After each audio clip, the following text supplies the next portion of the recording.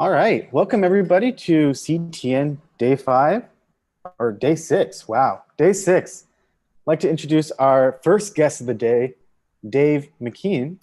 Dave, welcome. Thanks for joining us today. Welcome indeed, thank you very much. It's wonderful to be there. Well, I'm not really there, but it's wonderful to have this opportunity. For maybe those in the audience that don't really know much about you, do you think you could talk a little bit about yourself and what you do? Sure. I've been working about 30 years now, almost always as a storyteller. I'm an illustrator and designer and photographer. I've directed feature films and short films. I've worked with animation. I've worked with theatre and music. I play and compose music, but it's all been used really in the service of telling stories. So I don't like the term artist. I try and avoid that one. But rather than be a great list of job titles, I like storyteller really. Storytelling's super important, I feel like.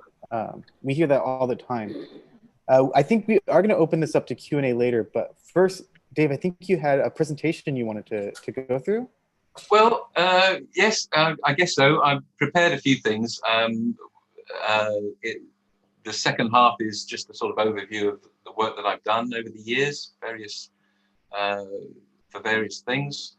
Initially, well, I was just going to say, we're all in the same boat here. It would have been lovely to come to LA and do this in person, but we're all sitting in our little boxes in Zoom and dealing with this in our own ways. It's been a very strange year, I'm sure, for everybody. I've got, I'll share my screen now, actually, and show you some of these images. Okay. Hopefully that will pop up. Yeah, we see the hand with the feather pen. Very good. So, as I said, I'm sure we've all been dealing with it in our own ways. The joy of being a sort of completely self-contained freelancer, apart from the occasional job insecurities, is I'm really beholden to nobody. I live a kind of self-isolated life anyway. So this is not far off the year I planned. I could have done without the news updates every evening. They're a bit scary. But the rest of it has been pretty much what I do anyway. I live in the middle of nowhere. So I always used to go for a walk every morning. And when this all happened, when lockdown started in March, my wife and I just sat down and said, right, let's make a schedule and let's try and come out of this in a much better place than going into it. Let's try and organise the studio and get on top of things. We can't go off and out, and she can't teach.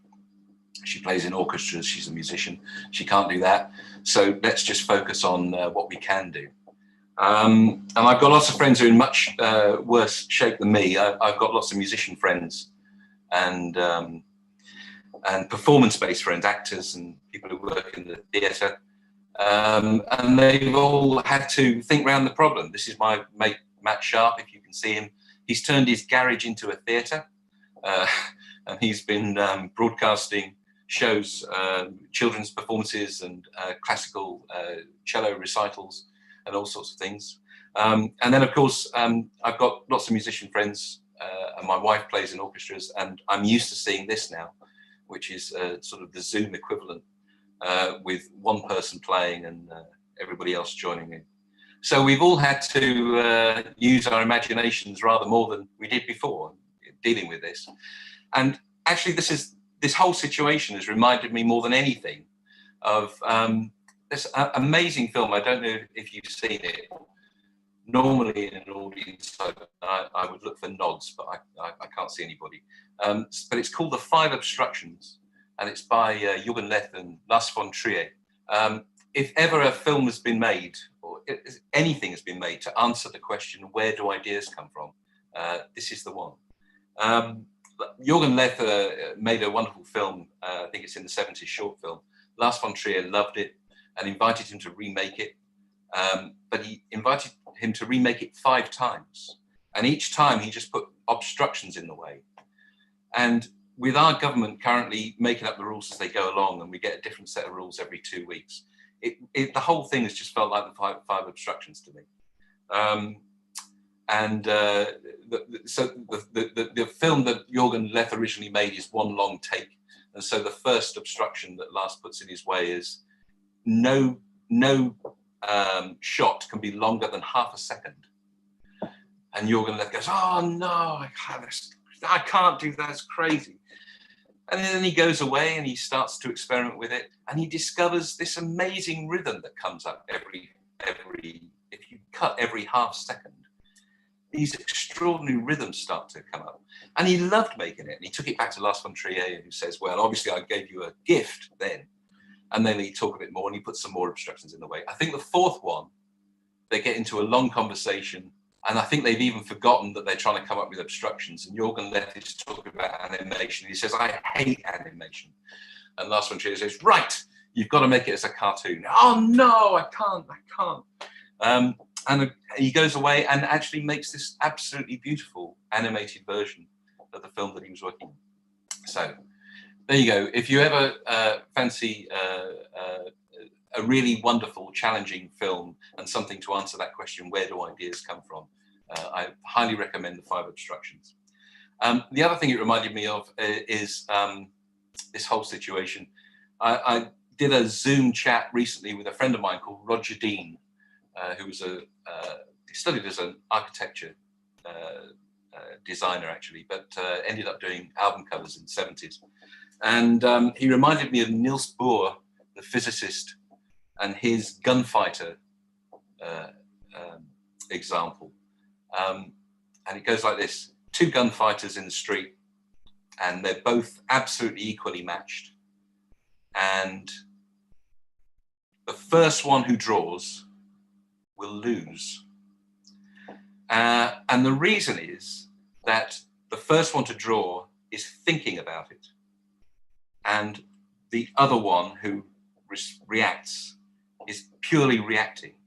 And the brain is much quicker and puts much more effective energy into reacting and responding to things, responding to problems, than thinking of things from scratch. So I think this is what we've had to do this year. We're this extraordinary situation. We just have to keep on coming up with responding to a tighter and tighter box and pushing against it.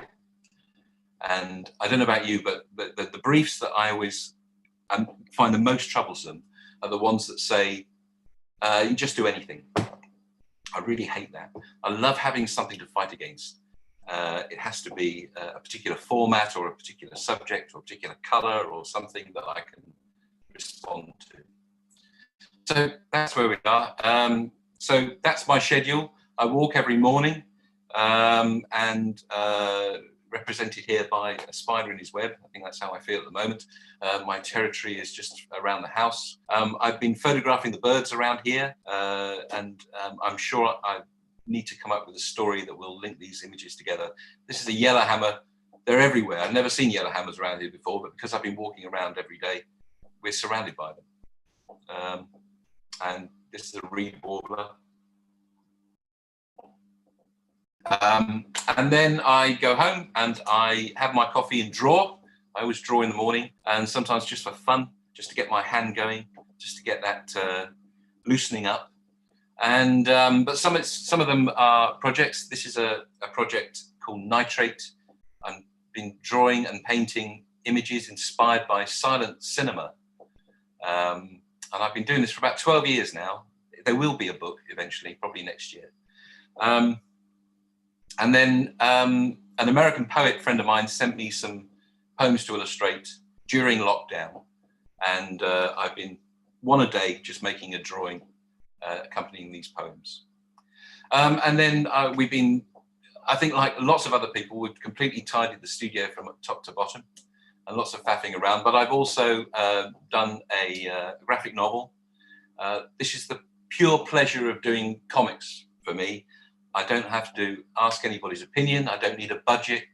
I don't need actors. I don't need anybody's permission to work. I can think of something and then, you know, after a cup of coffee, I can just start it. This is a book called Raptor. It's about the natural world, and it's about walking, which I've been doing a lot of recently. But it's also about the grieving process. It follows a writer in Wales, a horror writer who's recently lost his wife. And then it's also in a sort of parallel narrative. It's about it's about political corruption, really. I don't know why. I don't know what would have happened in the world to make me think of that, but that's what I fancied writing about. So yes, grief and political corruption. And then I've been doing album covers because a lot of my friends have had tours cancelled. This is a band called Frontline Assembly. Bill Lieb and Reese Fulber had 80 or so tour dates booked, all cancelled. So they've been back in the studio and recording like mad. They recorded 2 albums. So this is one of them, and then another album for under another name called Noise Unit. So these images, I've done a lot for Frontline Assembly now. These are photographic, Photoshop collages, painted textures, all that sort of stuff. It's noisy metal music. This is a project that came up at the beginning of lockdown. It's called Artists Against the State. And it's a collection of artists around the world making prints and images inspired by endangered tribes and societies. So these are the Champas from Tibet. A magazine called Strip Kids got in touch and they wanted to cover. Deep in lockdown, this was deep in lockdown. I didn't have anything else on my mind. And Strip Kids has a circular logo, so what else are you going to do? So that was the cover for that. A book cover for a wonderful writer called Brian Catley. So I've been very lucky. These jobs have trickled through, and on top of my regular work that my own projects that I have going on all the time, I just do some of these other little jobs that come in. This is a book that I started again in lockdown with a Spanish artist called Jorge Gonzalez, and it's something I've always wanted to do, a conversation book. Milton Glaser and Jean-Michel Follon did a book called The Conversation, and one of them started and handed their drawing over, and then the other one picks it up and does another drawing as a response, and it's handed back. And I've talked to lots of different people over the years about doing a book like that, but nothing happened. But I mentioned it to Jorge, and he immediately sent me a first image. So we're off. So we're trying to do 1 to and fro every week, so it doesn't get in the way of our regular work. It's just a nice little thing to do on the side. So it's like a chess game, really, like a little visual conversation or a chess game. And each image is a kind of response to what's been before. And then some of the work that I do is creating exhibitions.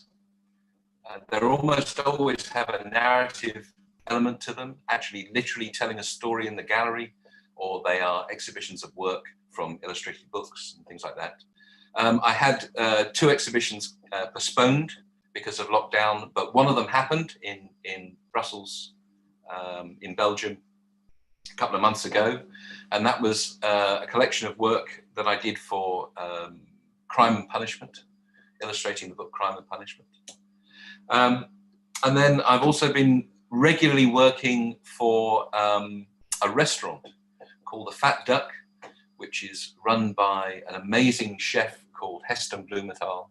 They have 3 Michelin stars, one of the best in the world. They are amazing. And my official title is Director of Story, because there's a whole narrative strain to your meal. You can't just go and have a quick lunch. You have to, you sit down for about 4 hours, and you have many courses that unfold, and the menu is a map, and it's also mapping Heston's childhood and his childhood memories of going on holiday and tasting different food for the first time. And it evokes all of those memories of going to the beach and having an ice cream, and going to a fish restaurant and by the sea where it's really salty, and all of those sorts of things. So it's a sort of full sensory experience. And I've done murals and package design, some film work, designed the menus and the whole narrative strain for the online booking and everything. And that's been, again, that's 12, 13 years worth of work. Unfortunately, it was their 25th anniversary this year, so it's been dampened somewhat, but they've been opened some of the time, and we've changed the menu. As I said, we've tidied the studio completely, and I found all kinds of stuff that I thought I'd lost. This is a tape of music I recorded with a guy called Buckethead, who's an American guitarist. He played with Guns N' Roses for a while, Praxis, and amazing guitarist. And I did his album covers for him, and we booked some studio time and just had a jam.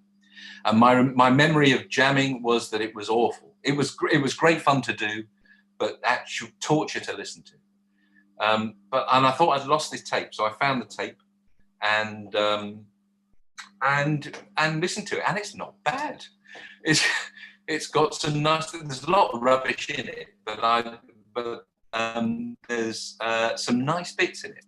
So at the moment, and over the last year or so, I've been working on a film called Wolf's Child, and so I've excerpted little shot sequences from that film and resampled it and played around with the footage and using the Buckethead tracks as inspiration for these little sequences. I don't know how much of this image you can see moving because it might stutter a bit, but this is part of the Wolf's Child film. I'll get to that in a bit. I've also been working on this long ongoing project, Nitrate, that I mentioned before. I love silent cinema. I love the early days of almost every medium where you can feel that the rules are being created and people don't quite know what works and what doesn't work. And there's something really powerful about those first steps when the grammar of a medium like film is being excavated and worked out for the first time. So I love silent cinema. I love the feel of the nitrate stock, the dust and scratches and the flicker of the light.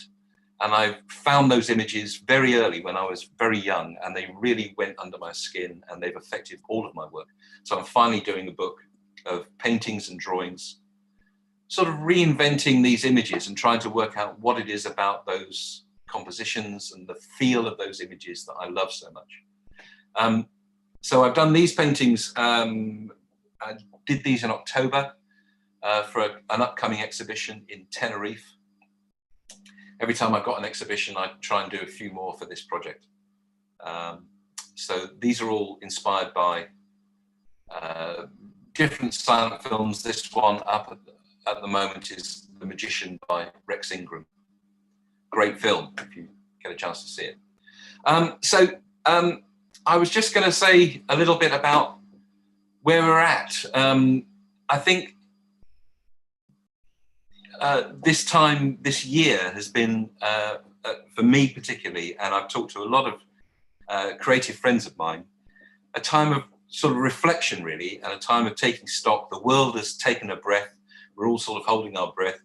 Everything's on pause. And so it's you know that saying, stop the world, I want to get off? Well, it feels like that. It feels like we have just a moment to look back and rethink and just really decide what's important and what's not important. And maybe some good can come out of this year, and maybe some recalibration needs to happen. I think globally we've seen how extraordinary it is when you share information and work together. The news on vaccines has been amazing. I think this year has been a triumph for science. And the fact that they could sequence the genome of this thing a week or 2 weeks after it was first discovered has been inspiring. So sharing information and working with our international colleagues has been so important. And the global problems that we've got coming up really need global solutions. The air and the sea and the bird life and the weather and climate doesn't recognise country borders, so we do need to work together. But I think it's also shown how fragile our supply lines are. So I'm very much in favour of a lot of initiatives happening around here is about supporting local farmers and local produce and not shipping things around the world when it's not necessary, cutting down our fuel use and all of that. So I think also for me, it's very much been a case of working out what I want to do next, what's important to me, and starting to prioritise a bit, and really prioritising my own work, my personal work, trying to be as self-reliant as I can be, trying to diversify what I do so that I'm not cornered in circumstances like this into just doing one thing. I'm always sort of able to do several different things. I've now got a few images that just cover my work. I realise probably most audience out there, if there's anybody, not familiar with my work, so I've just done a quick précis of my stuff. I happen to have been working on a retrospective book, so I've been looking back anyway. This book is going to be huge. It's going to be about 600 pages, and it still feels like scratching the surface. It's been very hard to choose material to put in this book.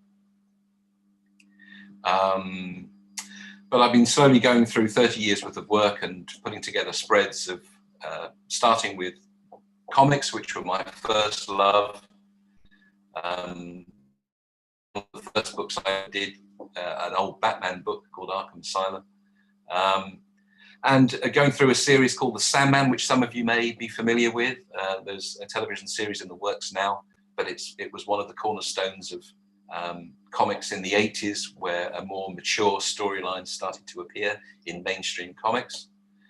And various other projects like this book, Coraline, with Neil Gaiman, who I began my career with. He was working as a journalist and I was still in art school when we got together to do our first projects together. Album covers and photography, all sorts of things in this book. And going back to my art school days. So I was in art school in the early 80s and mid 80s. I left art school in 1986 and I was mostly doing illustration and some film work there. And I mean, a note on education generally. I found school very frustrating, and I still find the education system very frustrating. And going to art schools and just teaching and talking to a room full of illustrators, I could never understand that when there's a whole campus full of people out there. I hate this pigeonholing of subjects. And I wish in school projects were taught as complete projects. So if you take any subject, it touches everything. It touches science and history and geography and the arts, theology, everything. And when you build a network of a subject, you remember it because it has a context, whereas lots of little facts you tend to forget. So I've very much been trying to apply that rule to my own work, really, working on whole projects from different angles, working on not just the story, but also the history of the subject, the music related to the subject, the geography and the science related to it, and looking at it in a holistic way. As I said, I started with Neil Gaiman. This was the first book that we did, called Violent Cases, and then proceeded to do the Sandman series, and I did all of the covers and design work for that series. and then on into spin-off storylines. This is the Dreaming. These images are a mix. I still draw and paint everything and take photographs and build things. I still like getting my hands dirty, but everything gets scanned. As of 1994, everything gets scanned in the computer and comped, and sometimes it's just a case of cleaning up the image for print, but sometimes they're heavy digital composites. Photoshop was the first manual I read from cover to cover, and I thought, somebody sat down and actually wrote this for me. This is exactly what I want. It's like they're answering all the questions I had in my head about how to make the sorts of images I wanted to get. And then we carried on, did this book called Mr. Punch. Punch and Judy is an English puppet show for kids. And almost every English person will have a memory of seeing Punch and Judy, but almost none of them will be able to remember the plot. That's because, well, the plot is this. A man is left in charge of a baby while his wife goes away. The baby starts crying. He can't stop the baby from crying, so he kills the baby. His wife comes back, is not very happy about that, so he kills his wife. Policeman comes to arrest him, and he kills the policeman. It's a serial killer story, basically. And then he's arrested, and in a wonderful scene, he's sentenced to hang by the neck, but he manages to convince the hangman to hang himself instead. And then the devil comes to take Mr. Punch to hell, and the final line of the traditional play is, he kills the devil. And then Mr. Punch is free to spread his words of good cheer to all the children. It gives you a certain insight into the British mindset, I think. So we had to do something with this series of relentless murders, but seen through the eyes of a child who doesn't have the context to really understand it. So that was Mr. Punch. And then I continued to write my own stories over the years, and I've become much happier and more confident as a writer in the last 10 years. But this was my first book, Cages. It's about creativity, and it's about what we believe in or what we don't believe in, what we, the way we choose to create a sort of model of the world in our head, and that's what we cling on to. But then there's the real world out there, and how those two things can sometimes mismatch and rub up against each other. And I've continued doing lots of short stories. I've never left doing comics. It's still my first love. But in any style, comics don't have to be drawn. They don't have to be drawn in a particular style. The stories don't have to be a particular kind of story. It's a wide open medium. It's simply a narrative of some kind and imagery of some kind. I've illustrated lots of books. This is a book for Stephen King. And this is a book for John Cale. It's his autobiography called What's Welsh for Zen. Done very quickly, but a very, very fully illustrated and designed book, including a version, as you can see down below, just of loose pages. He wanted one edition of it just to be loose sheets in a box, so you can reorder his life in any way you like. This is a book with the evolutionary biologist Richard Dawkins. I was a big fan, well, I am a big fan of his writing, and he gave many interviews saying that he would like to do a book for young readers as a sort of introduction to science and critical thinking. And I didn't see this book appearing, so I got in touch with him through my agent, and we got together and came up with this idea of asking questions. So there are 12 questions. Who was the first person? What's an earthquake? What is the sun? And then we start by answering those questions in the way that we've answered them in the past, with mythical stories, folk stories, theological stories. And then we give our very best scientific explanation to answer those questions. Science and the truth is very important to me, and I've been really loving working with scientists on different projects. This is Neil again. American Gods, which you may know because I think it's been on TV recently. I haven't seen it, but this is an illustrated version of that. And what else have we got? This is the Crime and Punishment book that I finished recently. It's a book I've always loved. I read it when I was in art school, and I was ready to read it again and tackle it. I wanted a challenge. It is a challenge of a book with a very dark and serious ethical question at the center of it. And that's the cover. It has 50 or 60 drawings in it and many paintings. That's one of the drawings. And that's two of the paintings. And the paintings really are much more symbolic. The dream sequences in the book are never dealt with in the film adaptations or various adaptations I've seen. They're always left to one side, but the dreams seem to reveal so much more about the psychological state of the characters. I really wanted them to be featured. I'm always drawing, so when I go on holiday, I take sketchbooks and make little drawings, and I've published these travel sketchbooks. This is Venice and Prague I've done recently. It started when I went to Vienna with my kids and we all had sketchbooks. And for the first time, because we drew everything, we drew the Klimts in the galleries and we drew people in the street.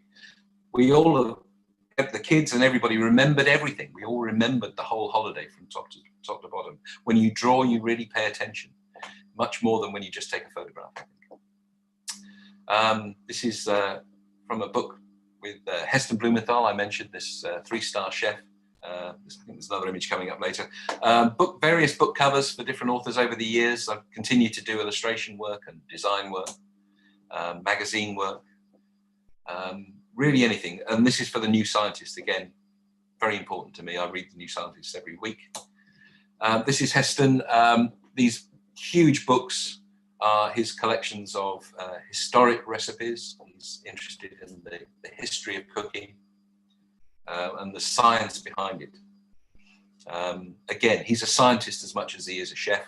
Of course, cooking is science, so it's the same thing. There is inspiration, but it's a lot of science. So that's those. And then kids' books. I started doing children's books when I had children, really. It seemed the thing to do, so that I could have some stories to read them and involve them in my life. This is The Wolves and the Walls with Neil. And I've done now 4 books with a wonderful writer called David Almond. This is a book called The Savage, and a very strong book. He writes, they're books for young readers, but they're from a very, very deep place. They're often about very serious subjects. This book is about a boy who's lost his father. It's about dealing with that subject, dealing with the grief. This is a much lighter, kind of sillier book, but again, it has a serious note to it.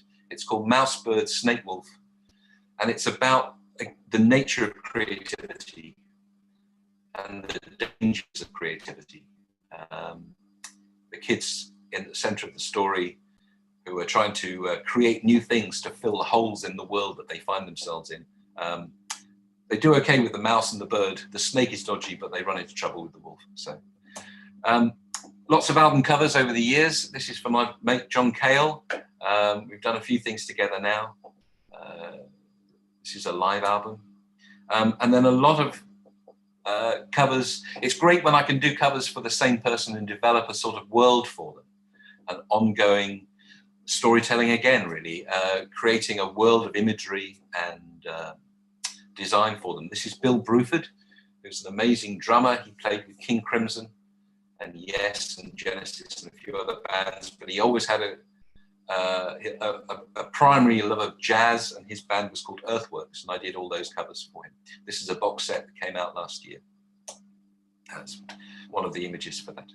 It seemed appropriate to put his life's work in a gallery. Counting Crows. this is a cover I actually had on a children's book, my first children's book, and Adam Derwitz at Counting Crows loved it and wanted to use it for his album. And I tried to talk him out of using exactly the same image, but he didn't want to change a thing. I couldn't get him to shift. Even the direction the fish was swimming had to be the same. So I ended up changing the cover on the second printing of the book instead. This is for, again, a friend of mine who I showed you the picture of at the very beginning, Matthew Sharp. He's a world-renowned, world-class cellist. This is his recording, Panscal. And then my friend's Frontline Assembly, I've done now about 15 years worth of work, maybe more, 15, 20 years worth of work for them. Often very dark and bleak. My covers for them are looking more like the world we're living in. They're looking more like BBC nature documentaries to me. Anyway, this is my own record label. It's called Feral, and we mostly release avant-garde Norwegian jazz. It's not a big audience. We know most of the people who bought our CDs personally, but I love the music. This is Ian Bellamy, who I run the label with, his band Food. And this came out as a box with cards and music, and then we put a little twist of pasta, dried pasta, or a little chili, or a bay leaf in with the box. And we got a great review saying that they love the music, and if you buy 50 or 60 copies, you get a free meal out of it as well. And then as I said, I do a lot of exhibitions. This is an actual story exhibition, The Coast Road, that took place around the south coast of England.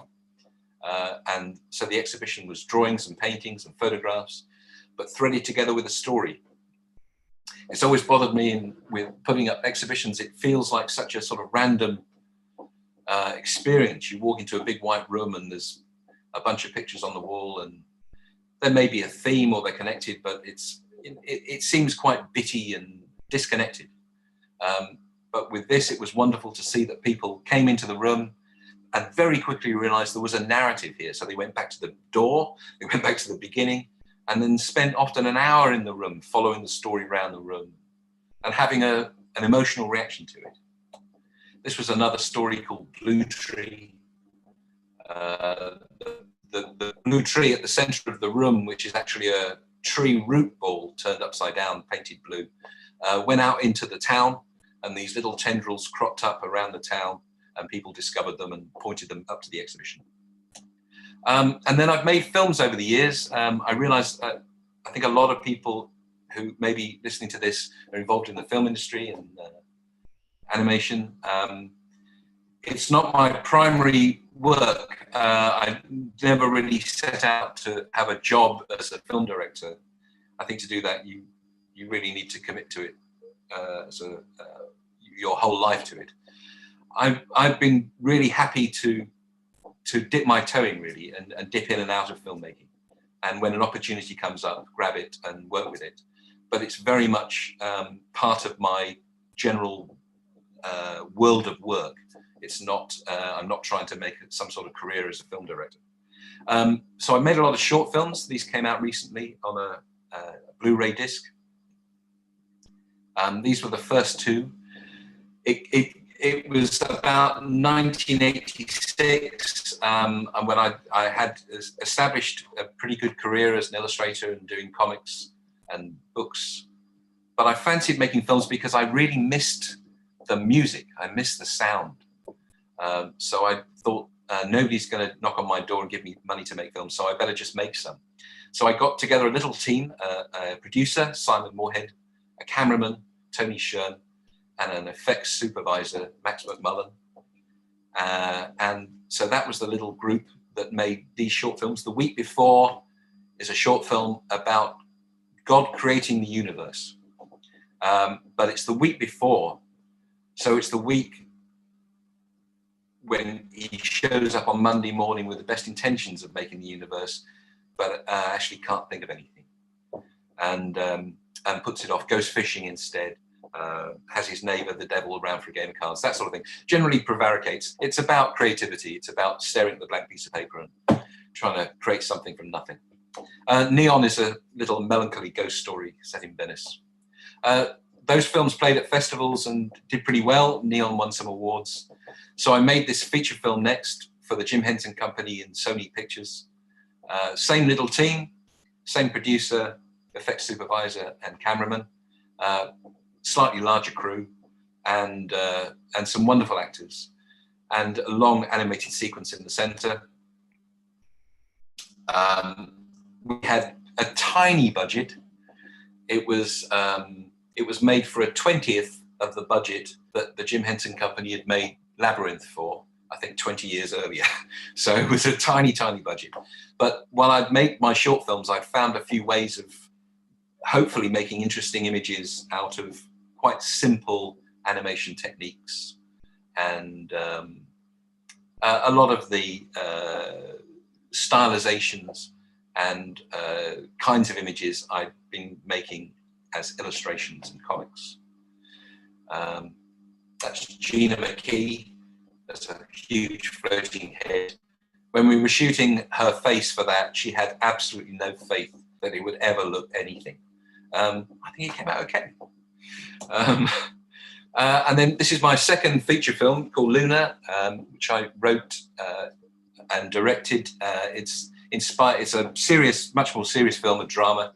It was inspired by some friends of mine who went through a very difficult time. They lost a child, lost a baby, who died only a week old. And he was a very good friend of mine at art school. And so this film is really, it's not so much about that, it's about my relationship with him. But I didn't want to just write about his story, that seemed too personal. So I sort of invented a story that would touch those feelings and those observations about the grieving process. So these are the four people at the center of the story, two couples, a visiting couple and a guy with his new young girlfriend. So there are a few sort of tensions there. It's a birthday and they haven't seen each other a while. And as I said, this couple have lost a baby. So all of the skeletons come out of the closet and they're isolated in this little house in Devon with the mist coming in, the sea and crows. And so it has a sort of strange atmosphere to it.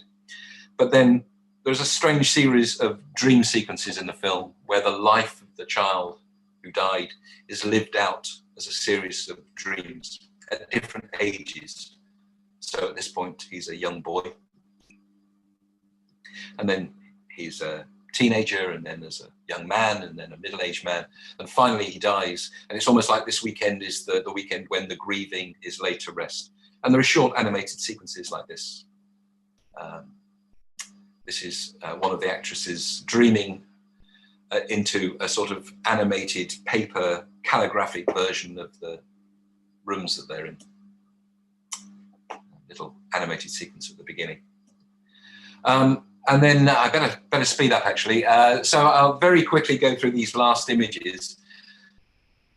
There was a very important person in my life, and this is him, Bill Mitchell. He very sadly died a couple of years ago. He ran a theatre company called Wildworks, and together we did this project with Michael Sheen called The Gospel of Us. The Gospel of Us is the feature film version of a 3-day play that took place in Port Talbot. Michael Sheen played a sort of Christ-like figure. It was the Easter story basically, but told as a contemporary story. And it started at 6 a.m. with this old man, Emlyn, singing a story, a sort of call to prayer to an audience of 6 people live, and me shooting him. And then Michael appeared as there appeared to be some people in the sea, and this was about 6 a.m. So about 200 locals showed up to watch this first scene of baptism in the sea. I put little bits of animation, little bits of effects throughout to make the film work. This is a sort of little Birdman dream sequence. This is another sequence where I put these streams of traffic in to form a sort of river of light as Michael is walking around Port Talbot at night. This is the Last Supper in a local club. Cheers. And then we go through the whole story. So he is arrested, he's tortured, and then he is sentenced to death. And then this strange final scene of a contemporary man in contemporary Wales carrying a crucifix through the street. Very, very Buñuel, very Lewis Buñuel, I felt. With everybody just looking through their cameras and their iPhones, and they wouldn't look at him. It was very weird, very strange atmosphere. And then the final crucifixion scene took place on a roundabout by the sea. And all of the little cameras and mobile phones turned into stars and candles. It became really beautiful. It became like a sort of cathedral. So I've amplified that in the film. And then this is the last project we did together. This is The Wolf's Child. It's a play that I wrote to be performed in Norfolk and Cornwall. And then I shot it. Every time we went out, I shot it from different angles.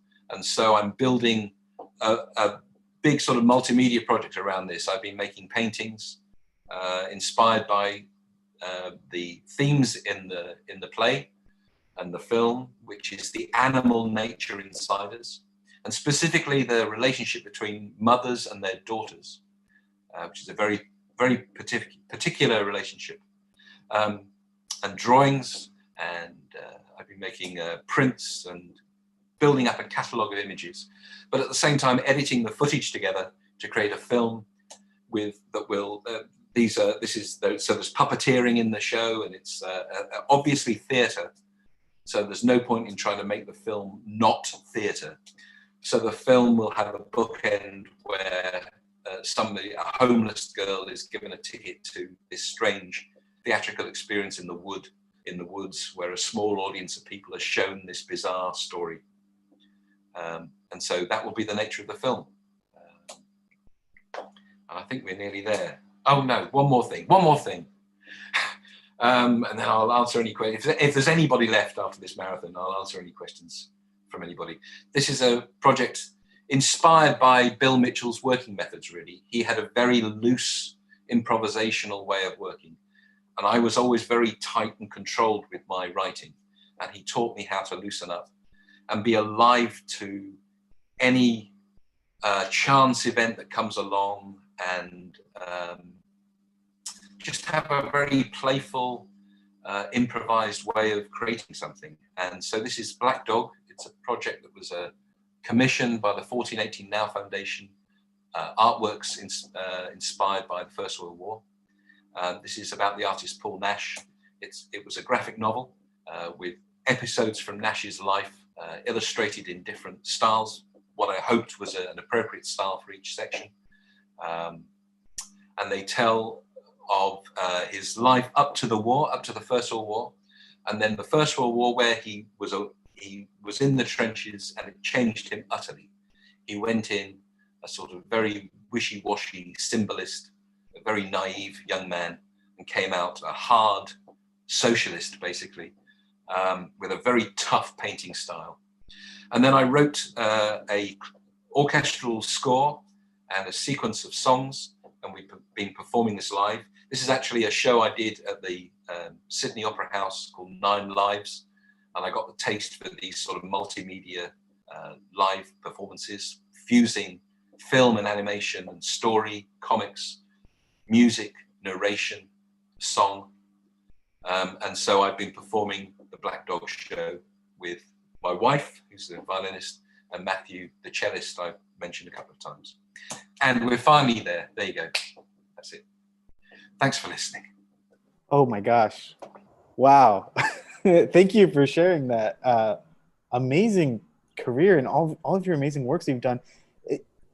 It seems like you've been able to touch so many people's lives, because I'm just seeing the chat, like for every other project, there's like so many people who are like, oh my gosh, I know that. Like, it's like that thing, like that you're right. And then to see it all together and be like, oh, this one man did all these things that I grew up with. And yeah, that's so great. And also I just love how you're like tackling every medium too. I think we see so many questions usually like, well, how do I find my path and like my career path or whatever? And I mean, if they just look at you, it's like, just do it all that you want because you can do it. Well, Yeah, if you're I all mean, right with it. Oh. yeah, no, please. Let's get to the questions because I've taken up a lot of time. No, yeah. Okay, so I'm going to go to this first question, which is asking if you could tell us more about the retrospective. Is it a book? Is it an exhibition? If so, when and where? Well, it's primarily a book. I love books. I love the democracy of books. I love the fact that anybody can buy a book or borrow a book from a library or from a friend, and it's a sort of art gallery in your hands, in your home. I've always had a sort of strange relationship with galleries and the art world, the fine art world. It's felt very elitist, and it's felt very much, for those in the know. But I love books, so it's primarily a book. As I said, it's going to be 300-page volumes in a slipcase. But it's going to cover all of this, and it's also an opportunity for me to look to try and make sense of it all. And also to draw some conclusions and just try and put down in a few essays thoughts over the years about trying to make a life as a creative person, trying to survive, trying to keep sort of warm-blooded and mammalian, and so that you can change depending on circumstances. I've lived through the digital revolution, which was a huge change. I've lived through this sort of strange era of post-millennial stress that we seem to be going through past the year 2000. So all the time, real life keeps throwing challenges at you. It's the 5 obstructions again.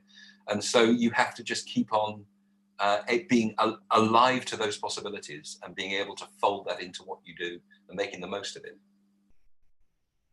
We saw through your work you had it seems like there was a lot of collaboration going on. You're working with poets, musicians, you were orchestrating songs, you had an orchestra play them, you're composing music. How do you go about making those connections with those kinds of people and getting them to work on projects with you? I spend about half my time doing collaborative work and about half my time doing completely personal solo work where I control everything. So that would be comics and books, and then some sound and film work is just completely me. But the collaborative stuff has been a mixture.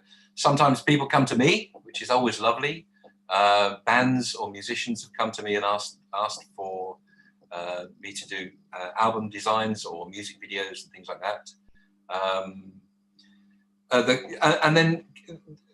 And then the connection, or it can be the opposite. I can go to them. Richard Dawkins, I pursued him. He didn't know me. I was very lucky that his assistant knew my work. So when I got my agent to contact them to see if they were still interested in doing this book for children, his assistant said, "Oh, I know this person. You should take that call." So those things are useful. But I pursued that one. And made that book happen. And then everything in between. So, the connection to do The Gospel of Us, which turned into a sort of life-changing experience for everybody involved. That was 1,000 people in Port Talbot involved in that. And Michael Sheen, and it completely changed his life as well. He has now become an activist first and an actor second, solely because of his experience on that show. That was through Twitter. I had seen the Damned United, which he was in, playing Brian Clough. I sent a tweet off back when I was using Twitter. I don't anymore, but when I was using Twitter, saying you've got to see this film. It's absolutely beautiful, brilliant performance. And Sheen knew my work. He's a comics fan, and he got in touch and he was thinking of doing a book. That didn't happen, but while we were talking about that, he said, I'm doing this strange thing in Port Talbot. Come along and see what you think. And it blossomed from there. So you never know where these connections are going to come from. I think that kind of leads into our next question, which is asking if you have any tips for illustrating something that you didn't write yourself. That's an interesting one because it's changed for me over the years. When I started, but the very first job I did was with Neil Gaiman doing Violent Cases. And that was a story he'd written in a writer's workshop. This is long before he was established as a professional, and gave me just to read. But I liked it and I thought it could be a book. And so I adapted it, but very much just trying to make nice images out of it. You know, it was very much trying to make it my thing. And then as I started to write myself, particularly writing Cages and then writing other projects after that, I started to really recognize how much these words meant to me. And there is no way I could have handed those stories over to other people to illustrate. They were personal. And so I then took other people's writing much more seriously. So when I got David Ullman's scripts for The Savage and for Slog's Dad in particular, they're obviously clearly very personal subjects, and I have to do right by them. I hope I did right with the stories that I did before, but I didn't really give the words the weight that they needed until I started writing myself. So I think that's the change that it's taken. And then really the script is everything. So the script is telling you what the images are. The examples I usually use are if there's a scene in a comic, for example, if there's a scene where you have a very nervous character, very fragile, and he's trying to explain something, well, maybe that feels like a drawing. You know, it feels like just a single line. Maybe I'll draw it with my left hand because I can't draw very well with my left hand, so it'd be that much more of a worried line, and it won't be very accurate, and it'll have that sort of tension and worriness to it. But maybe there's a scene that is all about texture, is all about the texture of material, cloth or leather or something like that. Well, there's pointless painting that. I might as well photograph the leather because there's nothing like real texture. So then already you're thinking this is now a sort of photo collage or a digital image of some description. So the nature of the story, the emotions in the story, the textures and atmosphere in the story tells you what media to use, I think. And I've always tried to use what I hope is the most evocative, the clearest way of getting to those emotions. That's the media I'll use for that story. Our next question is asking, what would you say has been the most challenging task in your career, and how did you handle it?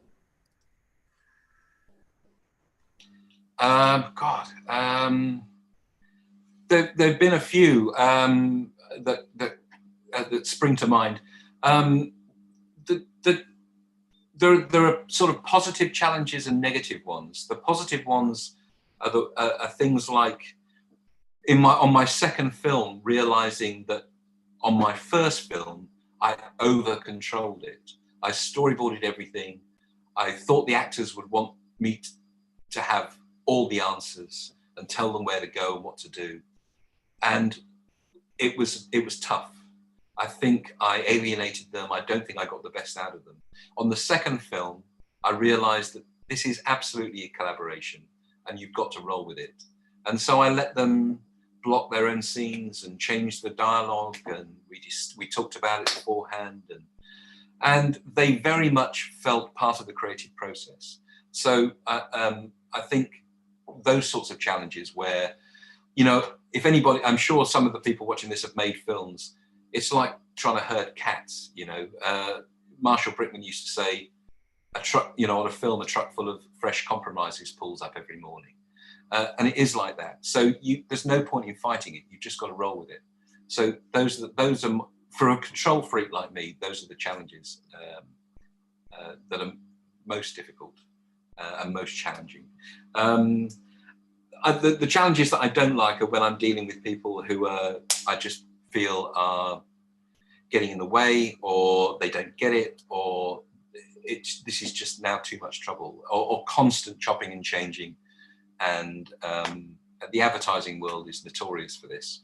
They'll pay you a lot of money, but actually only a tiny amount of it is to do the work. Most of it's just to mess you around endlessly. So I tend to avoid those situations, really. Is your tip for that last one just avoid situation? I try and avoid those situations. And I realize that, you know, when you're starting out, you know, you're grateful for the work, and God knows I was. But I think very quickly you realize it's soul destroying. It's taking up far too much time.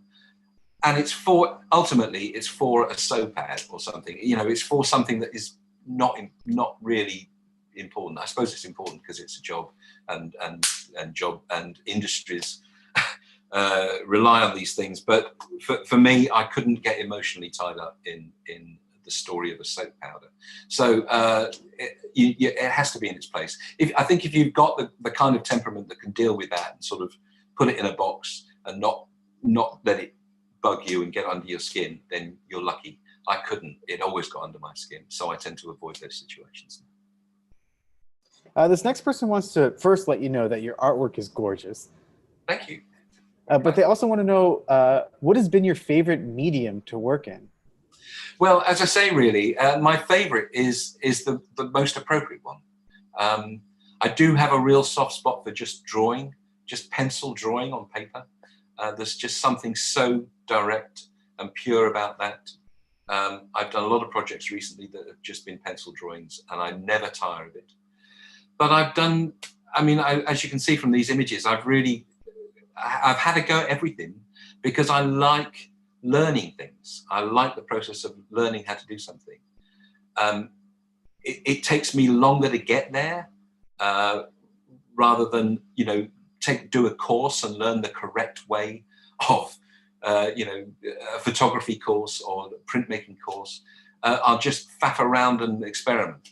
And it takes me longer to get to an end result.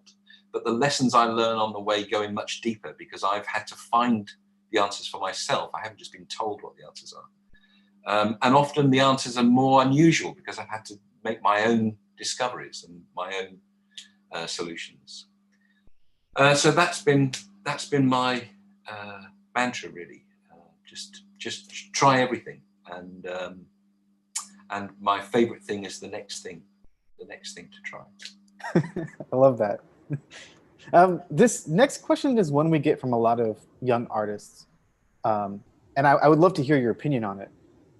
Do you have any advice for aspiring artists who are struggling to find their style?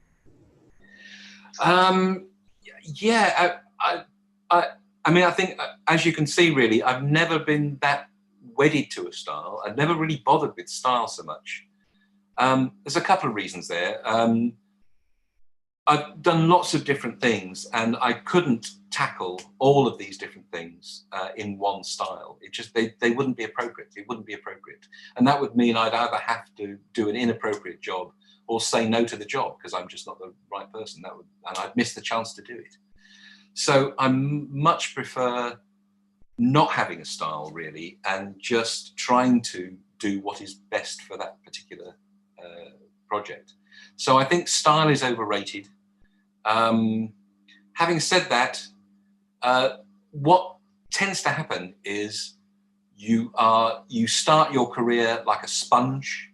You like lots of different people's work, and it all goes in, and it tends to sit on the surface a bit like a tattoo. It's really obvious that you like that person's work.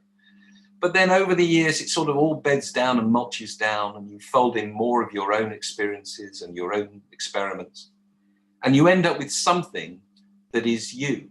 And it's a soup, it's a mixture of all of these different influences, but it is you. And you just draw a particular way, you see solutions to problems in a particular way, you think in a particular way, and all of that defines you. So I wouldn't really worry so much about, got to find my style. It happens just by the sheer every day doing something. But that's the important thing, every day doing something. And not worrying that this next thing that I do must sum up everything that I am. It must be the perfect expression of who I am. Don't bother with that. Just work. Just do it every day. And you'll look back over the year or 5 years, or in my case, 30 years, and look back over, and the whole story is your style. The whole of your body of work becomes you. You and your style are defined by that. So I wouldn't really worry about it. Just make sure you keep working every day. Beautiful. Fantastic advice. We've talked a lot about some of your collaborative projects, but you also mentioned you have projects where it's just you and you love it because you don't have to ask anybody for anything. You just get to make what you want. When it comes time to publish that, how do you go about getting it published? Well, I've been really lucky. I started at a great time. Mid-'80s was a great time to start doing comics. It was like the early 70s in Hollywood, really.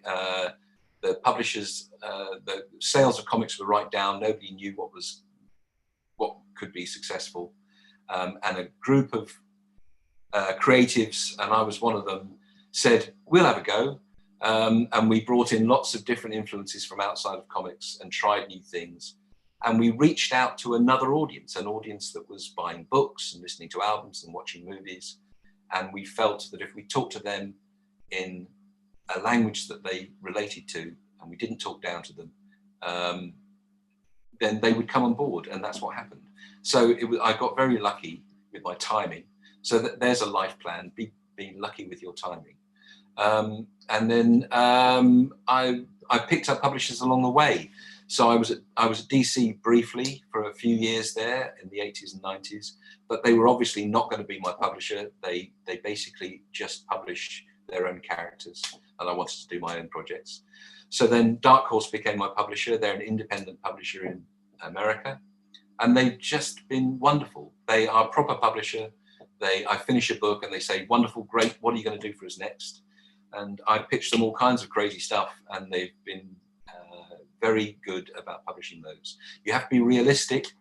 If you pitch them an avant-garde short story collection, it's not going to sell a lot of copies, so you don't expect a big advance. So you have to manage your life and time appropriately. But it's very important for me to do those weird, wacky projects because they inform everything, everything else. And almost all of the personal projects that I've done, the short films that I made immediately got me the gig making Mirror Mask for Sony. I did a book of photographs. I just wanted to get all my photographs together and publish a book. So I self-published it. But that was immediately picked up by an art director in San Francisco, and I did an advertising gig that immediately paid me back for that book. So these little seeds that you spend time planting, almost always, because they're self-motivated, because they have that passion in them, because they're usually unusual, they'll go out into the world, and almost certainly they'll pay you back. And to be honest, even if they don't, you've had the sheer pleasure of making it. Amazing. I love that. Just plant little seeds. We saw that you've worked with animation before in the past, but this next person wants to know if you would think about, or if you're thinking about making like an animated series in the future. It sounds like something they would really love to see. Nothing specific. A couple of reasons, really. I found it harder to make film projects because I have this strange career. I've got lots of friends who are film directors, and it's their life, and that's what you have to do. And most of their lives, and I know some pretty famous ones. Terry Gilliam is a friend of mine, and Guillermo del Toro. Not so much him because he's kind of got a production deal, but even Terry Gilliam has to fight every film to get it financed, get it distributed. And then most of my other friends at a much lower level than him, and most of their lives are spent developing pitches, rewriting, presenting, endless lunches, and begging for the opportunity to work, asking permission to go to work, and you get a little chance, a few months to actually work, and it's surrounded by all of this non-work. Well, I just decided that I didn't want to do that. I had a taste of it with Mirror Mask, and I did the Hollywood Shuffle for a couple of projects. But I found it so dispiriting, and I so missed just getting up every day and knowing that I would be able to get on with the project that I wanted to get on with. I didn't have to ask anybody's permission. I decided not to pursue it. That doesn't mean to say that there aren't things circling. There's a couple of films that are kind of in the air, that are in development. But what I've said is I'm not doing any work on this. If you, as a producer, want to go off and try and find some money and, call me back when it looks like a certainty. But I really don't want to waste a lot of time on these things. It sounds really precious and spoiled, I think. But that's the priorities I've made for myself. I like just doing the work, and comics are my first love, and I can get on with that. So we'll see. We'll see if any of these film things happen. I have a couple of things that would be self-generated that I might like to do, but it's so much harder to make a film. It's so much harder to fund it and then get it distributed and everything. We'll see. It's a tough world. No, I mean, it's totally understandable. I think that's fair. And it doesn't sound spoiled at all. I assure you. I want to go back to comics for a little bit because we just got this question that I think is really interesting. I was asking, what was your experience in tackling a character that's as iconic as Batman? How much of your own sort of style were you able to bring to it? Well, I did that book. I was 2 years out of art school doing that book, so I was still really young, and hugely grateful for the work that DC was giving me. They sent me the script. I was not a big superhero fan, and I'm still not. So I was wary of it. I read it and thought it had some interesting stuff in it, but I then had lunch with the writer Grant Morrison, and we were both at a similar point in our thinking. We were interested in doing more work at DC, but both of us wanted a challenge, and we both wanted to sort of bring in more influences from outside of the usual ones that you see in mainstream comics. And so we kind of agreed to try this experiment where we'd make this Batman character more of a symbol, more of a psychological archetype, a cross between a man and an animal, something more misty and insubstantial. And all of the other characters, the Joker and the Riddler and Two-Face and all these other characters, we would treat in a similar way. Some of them I didn't even know. So I just kind of went from what Grant wrote and drew what felt kind of right for that. So the whole thing is a bit of a dream, really, and a sort of standalone psychological thriller on its own. It's only a coincidence that it happens to feature a character that seems to resemble Batman. There was some worry at Warner Brothers about this because at the time the Tim Burton Batman film was in production, and they'd heard that we wanted to dress the Joker up in a basque and various things. I think Jack Nicholson was worried. But all of that passed, and it was a wonderful time at DC where we could indulge in these experiments. And we were rewarded. That book was the most successful graphic novel ever published at the time, and which baffles me because it's such an odd book. And so that was a year of my life, really, and I got to the end of that.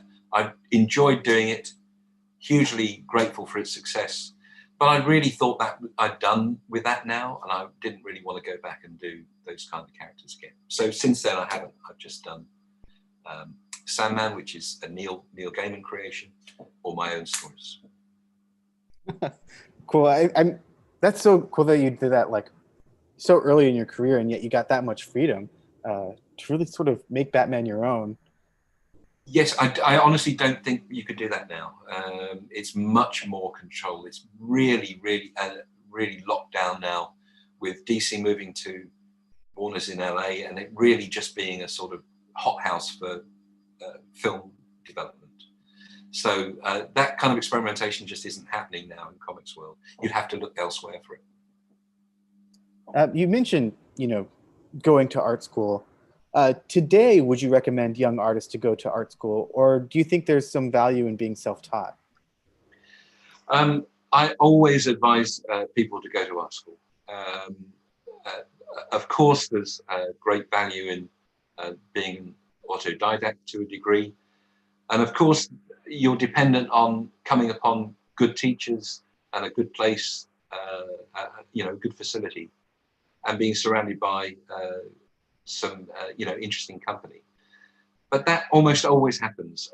It's an extraordinary opportunity, and I think I went to art school in exactly the wrong frame of mind. I loved comics and illustration and films, and I just wanted to be left alone to do that. And all of my lecturers just wanted me to open my eyes and look out into the world, at a world of creative work. And I put up a hell of a fight for a good year, but I finally did. And I'm so glad that they broke down my resistance, because all of those influences spilled in, and I'm a much better person for it. It was also great being surrounded by a room of, a bunch of people who were all the best artists in their particular schools, all coming together. They were all really good. They all had their own strengths from lots of different backgrounds, lots of people who I would never have met normally. So just for that sort of hothouse, challenging each other, fueling each other, that's what art school's for. And I think so long as you go with an open mind, if you're on a 4-year course, if you spend 3 years of it with a completely open mind, just being a sponge, playing, it's a time to play with no pressure. And then in the last year, get serious and get a portfolio together and start to see where you're going to go professionally. But that time to play is crucial. Fantastic. I love that. This next question is asking, what are the biggest changes in the ways you find and develop new projects, especially as the internet was sort of becoming more and more popular? It hasn't had much to do with the internet. I go around about developing projects now the way I always used to, which is something will happen in my life generally that I'll just become completely obsessed with and fascinated by. And I keep sketchbooks and notebooks, and those ideas start to fill up my notebooks, and it slowly builds into a project. And it can be,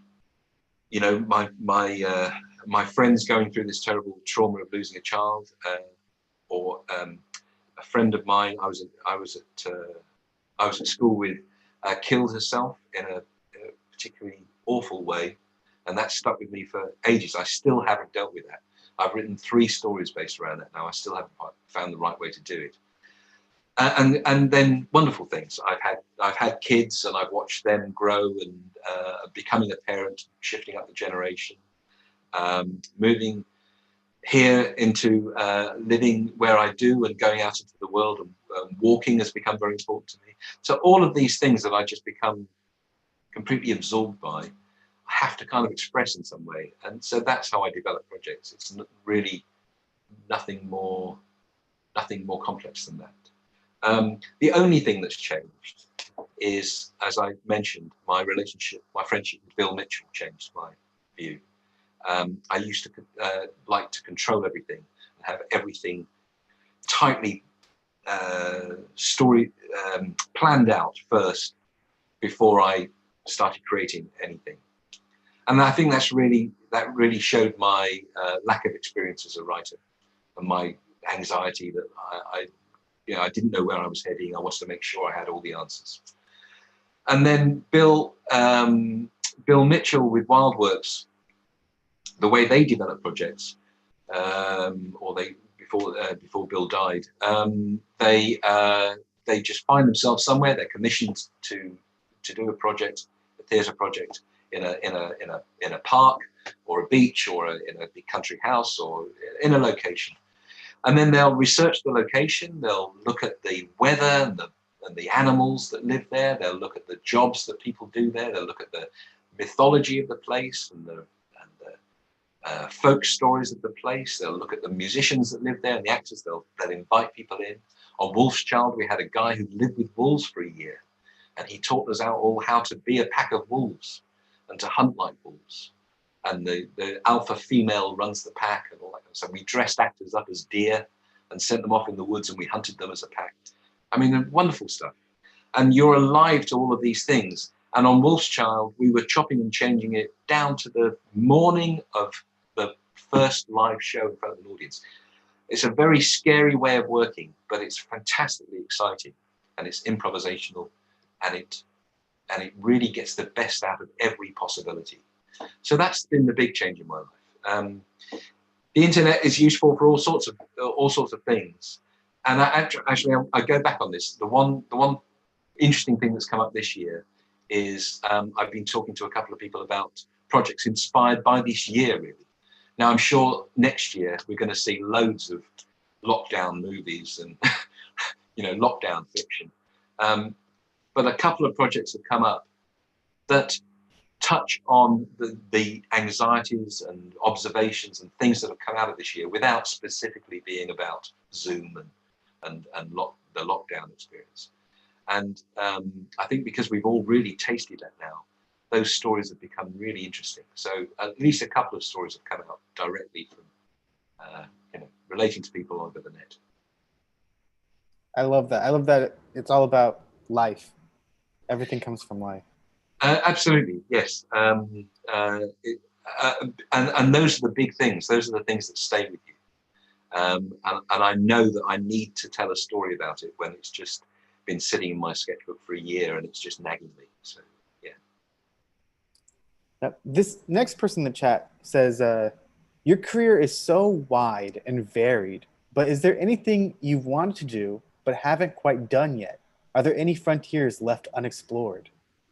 I'm sure there are many. I think the big one at the moment is VR. I've developed a couple of projects that potentially could have been VR. One of the books I illustrated was Coraline, which has been adapted, not Coraline, Wolves in the Walls, which was adapted not by me to a VR project. And that's been interesting to sort of keep tabs on, and I've seen a couple of the chapters. And it's been both technically interesting, but also pointed up, I think, all of the things that I don't think VR should be. So there's certainly a project that I would love to try and develop in VR, partly because I think it's a completely unique medium. I don't think it's a storytelling medium. I think it's an experiential medium, an exploratory medium. And there are certain kind of narrative strands you can flow through that. But I don't think it's the place to tell stories. But I had a project in mind for that. But also because I think it's the future. I think it's going to be increasingly a way artists and creators want to express their ideas and interact with their audience. I think VR is going to prove to be really important in the next 10 years. And I'm assuming that means you've had the chance to get your hands on like a VR headset and walk around through something. Yeah, I've had several goes and demos of Oculus Rift and lots of beta software. A great flying one, just flying around landscapes, and you angle your body and can fly like Superman, I suppose it is, or a bird. That was wonderful. A beautiful drawing one where I had a glove that became my hand in VR in front of my face, and when you pinch your finger and thumb together, it became a pen, and you can draw in 3D around yourself and go up and look inside the drawing. So lots of things like that have been wonderful I mean, they're experiences that you really can't have in any other way. There's no way you could get to that in film or anything. I suppose it's closest to some sort of installation work in a gallery. Mm-hmm. Yeah, and I think the way you said it, like, it doesn't sound like it's maybe the best medium for telling stories. So I'm assuming you also don't think it's going to replace film or comics or animation. Well, I just don't think they're the same thing. I think the mistake that a lot of developers are making are they're treating it like just another medium and squishing books or films into being a VR experience. And they're completely different. In fact, I'd almost say they're the opposite of each other. I think great stories are where you abdicate, you relinquish control to a great storyteller. You sit and watch a film, and they tell their story at the pace and release the information when they want to, because they're great storytellers, and that's the pleasure of it. The interactive bit is afterwards talking with your friends about it and deciding what you thought of it. But the story itself is passive, and that's the pleasure of it. Whereas the VR is active. It's got to be. It's exploratory. You are pushing and creating the experience. And every time in one of these VR things where they need you to get to the next plot point, it's really clunky and irritating. So I just think they're the opposites. They're opposites, and so you really need to treat it as more like as I said, more like a gallery experience where you are in control of. And actually, the best thing I've seen like VR is a theatre piece by Punch Drunk, the Punch Drunk Theatre Company. It was the Edgar Allan Poe piece, Mask of the Red Death. And you just, the audience members all wore masks and were released into this huge space, many rooms, some very small, some huge, lots of different things. And you're just free to wander around for hours. And so if you wanted to, you just find a little room full of things that you like and just sitting there on your own. Or you got the feeling there was something going on. You could hear voices, you could follow the voices, and you could start to touch pieces of narrative. But it was not a story being told to you. You were in control of your own experience, utterly. We've talked a lot about how varied and prolific your work has been, but this next person wants to know if you had a time capsule where you could only put one piece of your work in that would show who you are, who Dave McKean is as an artist, or maybe even just as a person. Which one would you choose? God. Maybe this is like akin to asking which is your favorite child. It is, really. It is exactly that question. I don't know. I really would struggle to answer that.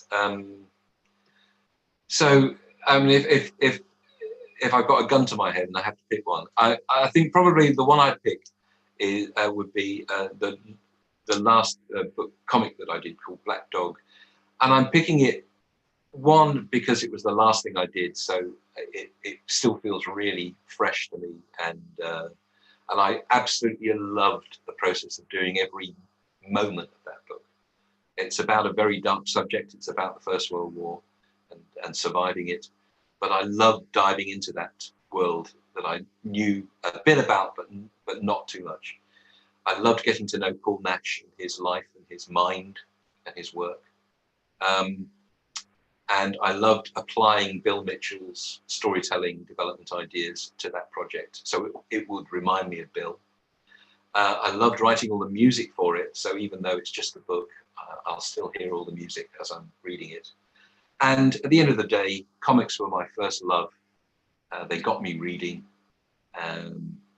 They made a career for me. And it will have to be a comic. Beautiful, beautiful. You said comics were your first love. What comics did you originally get into? I mean, you mentioned that you were never really a superhero fan, so I'm curious to know what kind of comics you were interested in. Oh, well, I was when I was 8. And the first comics I was bought by my mum. I was ill from school. I had a really dreadful flu. I had a couple of days off school, and she bought me some. They were Marvel reprints, British reprints of American Marvel comics, and I absolutely loved them. And I hadn't really read books. Like a lot of boys, I was not a big reader, but I read them cover to cover many times, and then I just started devouring anything. And so I loved the mainstream comics when I was a little kid, and then I found sort of horror comics, Warren magazines when I was in my early teens, and then European comics, heavy metal in my mid-teens, American underground comics, and then when I started traveling, comics from around the world. And so I've loved them all, or got something from all of them as I've found them. These days, we're living through a sort of golden age of comics. Not really in the mainstream. Marvel and DC seem to be ebbing really in their influence, and certainly in the imagination in the work. But there's a whole new generation of young creators, young artists and writers coming through with none of the nostalgia of having read superhero comics as a kid or any of these sorts of things. They just look at the medium for what it is, this extraordinarily powerful, personal, empathic medium. You hear the voices and you sense the motion of the characters in your own mind. You're providing half the experience. And just seeing it as a powerful tool and having urgent stories from around the world. We're seeing, voices expressed in countries and from ethnic groups and from social groups that have found this medium as an incredibly powerful personal way of getting their voices across. So it's a golden age at the moment. Do you still read a lot of comics now? Do you find those independent creators to read them, or? I can't say I read a lot, but every few months I'll go to Gosh in London or a comic store somewhere and just see what's new and pick up, 2 or 3 new ones. Not really comics as in the monthly, periodicals, but the graphic novels, the serialized books, or just a story that's created as a whole novel. And then, as I said, they're from around the world. Some are, there's a whole strain of very, very personal, factual non-fiction books being made, and everything else. So I mostly just read non-fiction books these days. But I'll always pick up a few comics to read when I'm in London. Speaking of non-fiction, you talked about the illustrations you do for I forgot the science, the factual things that you do. Do you feel like those kinds of things benefit from, mingling with illustration and comics to help spread information? Well, that was the nature of my conversation with Richard Dawkins, really, who had never done an illustrated book before, and confessed he had no interest in art, really. His life was really focused on science and his work in biology. He quite liked music, but had no real interest in anything outside of that. And so my pitch really was that there's a very visually literate audience out there who I think would really respond to the ideas in his books if they just had a door open. And the door open might just be an illustrated book that brought them into that world of ideas, built a bridge really into that world of ideas. And so he was receptive to that. And that's been true of working with the few other scientists and non-fiction things that I've done. It's that opportunity of reaching not just a young audience, but a visual audience, and doing something else with the book. Pictures provide something else. They shouldn't just be there to look pretty or to reiterate what's in the text. They do something else, and we try to fill the book, the book with Dawkins, with imagery that sat alongside the words, but also occasionally argued with the words, or went off and did something else, or if there was some idea that was particularly difficult to express in words, it could be very easily and impactfully expressed in pictures. So we had a good dialogue on that project. Yeah, I mean, it definitely feels like, totally ties into you talking about how comics were your first true love, because comics are like really comics, graphic novels. It's the marriage of word and imagery. Yes. This next person's asking, having studied design in school, how did that influence you in how your work looks now, or how your work has developed throughout your career? Well, I was on a kind of a applied arts course, so I did all sorts. I did illustration. We had drawing classes. There was a little film part of the course. We could do photography. They had dark rooms. They had screen printing rooms, and then design, graphic design. The history of design was part of it.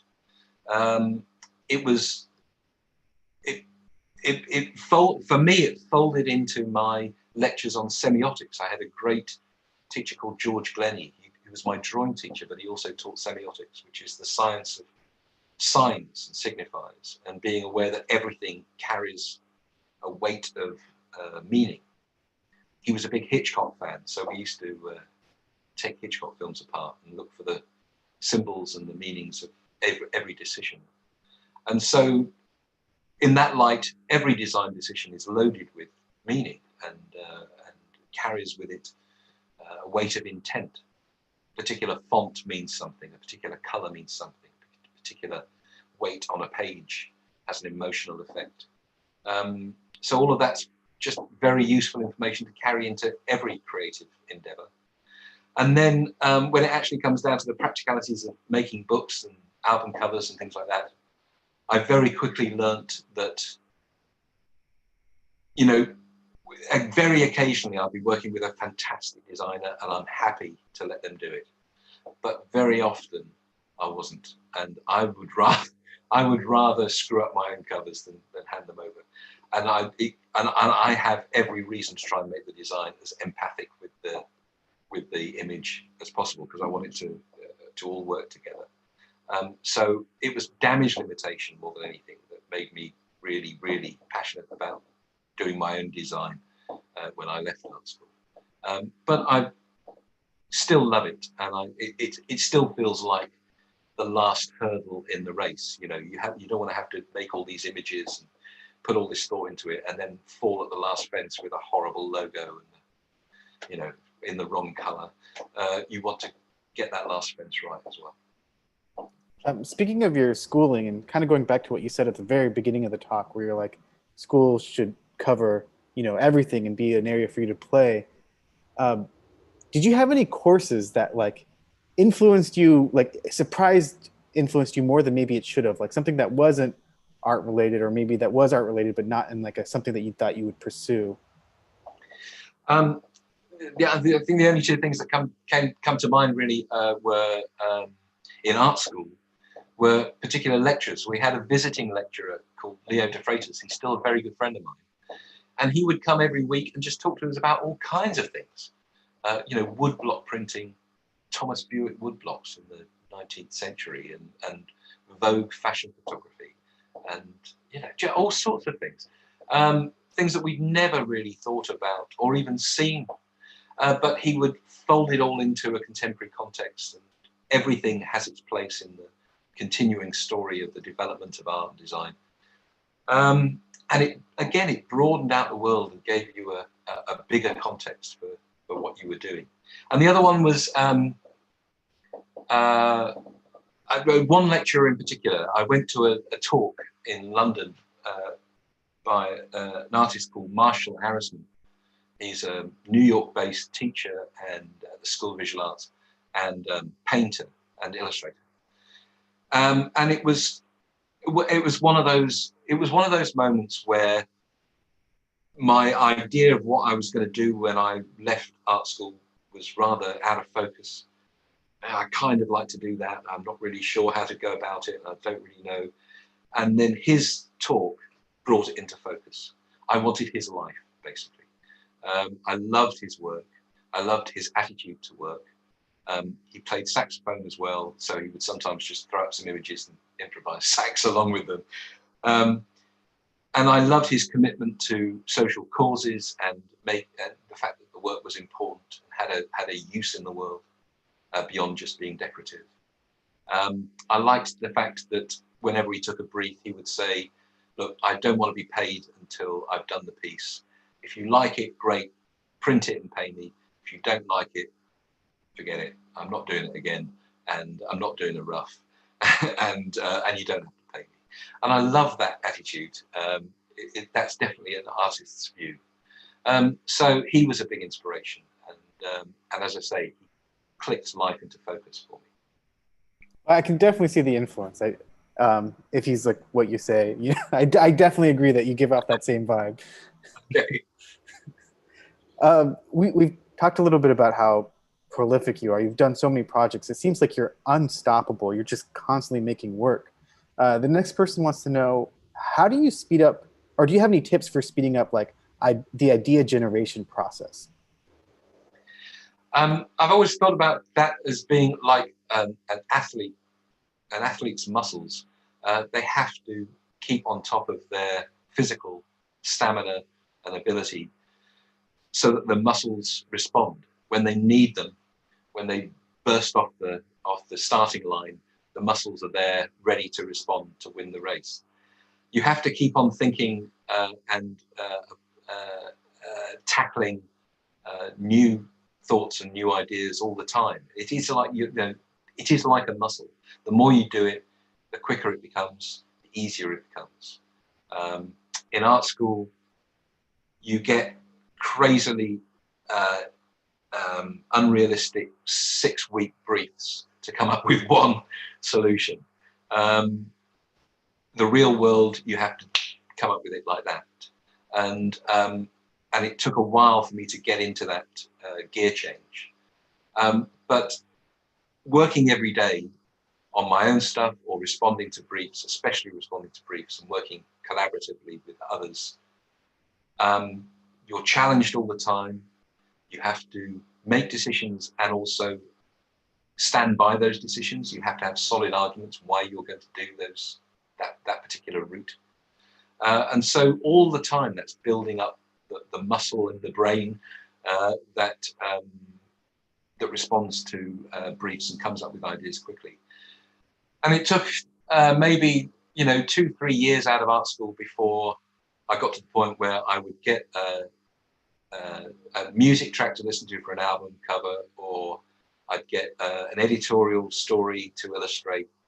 And before I finished reading it, or before I finished listening to the music, I could immediately see the start of an image or the start of an idea or a direction to follow. The more you do it, the easier it becomes. Fantastic advice. I think I'm going to ask maybe 1 or 2 more questions here. This next one I think I'd be remiss to ask, but it's basically asking for someone who's new to art, let's say like the brand new artist who maybe just hasn't even ventured into it. What would you say to them? For them, like what advice would you have for them to get started? Don't. Well, God, that's a huge question, really. I mean, and it really depends on who we're talking about. If we're talking about somebody who is trying to make a life as a creative person, a student in school, maybe going to art school at that stage of their life, or maybe somebody older who just wants to quit the direction they're going in and going into a creative area, then it's very tough. We go back to the question I answered about art school. You really need that time to play and discover who you are and what you want to do and what you want to say and how you want to say it. And it's great to be surrounded by challenging, similarly engaged people. And art school is ideal for that. If we're talking about just generally, somebody who's not looking at this for a career, just wants to be creative, follow a creative outlet for their as a hobby or as in their private lives, or just to get ideas out. I really would just say do it. The best advice I can possibly give is to start things and finish things. And it sounds easy to say, but it's hard to do. Most people think, I'd love to write that novel. I've got an idea for a novel. Or they'd love to paint, or they'd love to, everybody can take a photograph. I'd love to get serious about photography. But they put it off. They keep it in a drawer. They write the first 5 pages of the novel and never carry on. It's very hard to start with intent to actually pursue it seriously. And then it's very hard to finish. Again, most people will write the first few pages and then bail out, or they'll take a few photographs and lose that enthusiasm, or whatever, life gets in the way. You must finish things. You must start things, finish things, and then start the next thing. And then slowly this rhythm of life builds up, and you realize you've written several stories, and now the next one is good enough to actually be published. You've written 3 novels, and the third one gets an agent and gets published. You've done, 40 paintings, and suddenly one of them really sparks and doesn't look like anything by anybody else, and you found your voice. So that's probably the best advice I can give. That's amazing advice. I love it. Because it's true. It's so hard to finish and so hard to start. Those are the hard things. All right, so this is going to be our last question for the evening, and then we'll we'll let you go. So this question's coming from someone who's a 3D illustrator, but they specify it's not digital. So I can only imagine they're probably sculpting or something like that. They say, so they're a 3D illustrator, and they would love to apply their skills in different ways in different areas, such as animation or theater. Do you have any tips for steering a career that is so varied and dips into other fields like that? God, again, very difficult. I think, what can I say?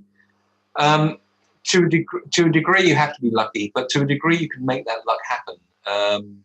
You can pursue things. If you want to, if you have an idea that you could use 3D animation in a theatrical piece, well, there are ways there are steps that you can take towards that goal. For starters, you need to start to get to know the theatre world, and you need to get to know people who work in theatre, directors, writers, actors. You need to start thinking about a possible project, what that could be, and who the collaborators could be. And almost every, what feels like insurmountable goal can be broken down into a ladder of steps. And you need to initially just get on with the steps that you can make.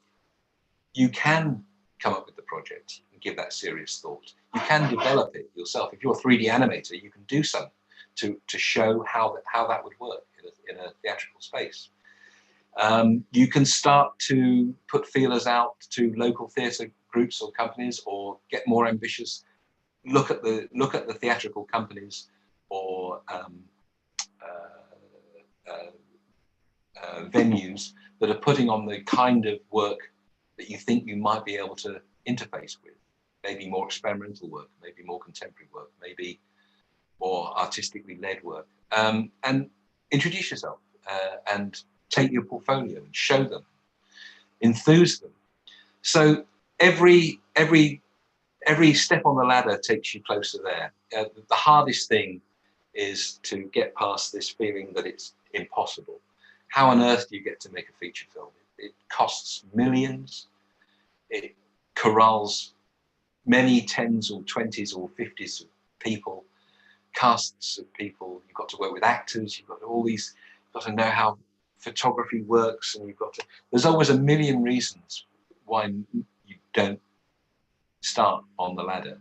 But actually, you can break it down into a series of steps, and you can get a fair way up that ladder just on your own before you start having to talk to a few other people. And then hopefully you can get further along the more you're committed to it. Your enthusiasm will show. You'll get further up the ladder.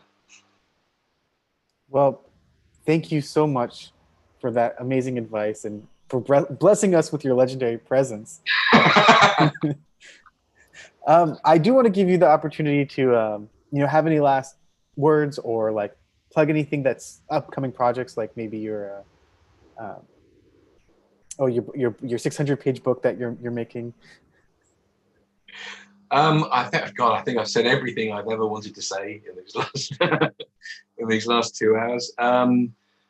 No, it's been lovely to do this. I think my only regret is that I can't see anybody. It's always nice when you do these talks to see people in the audience. And even on Zoom, the few things I've done, I have been able to see people's faces. But I sense people there, so that's nice. And it's been nice to talk to you, feeding me questions. The only things I've got coming up, I've got an exhibition in Tenerife. If anybody happens to be in La Laguna, I doubt it. I've got an exhibition of my nitrate work there. And then the next books will be Raptor, new graphic novel, and my nitrate book of paintings and drawings, and my retrospective book, and probably some other things along the way. Well, we'll always be expecting something from you. You're always making such great stuff. Thank you very much. Well, thank you again for coming, and thank you everyone for your wonderful questions. I really hope this has been super informative to you because it has to us. Great. Thank you. Thank you. Bye-bye.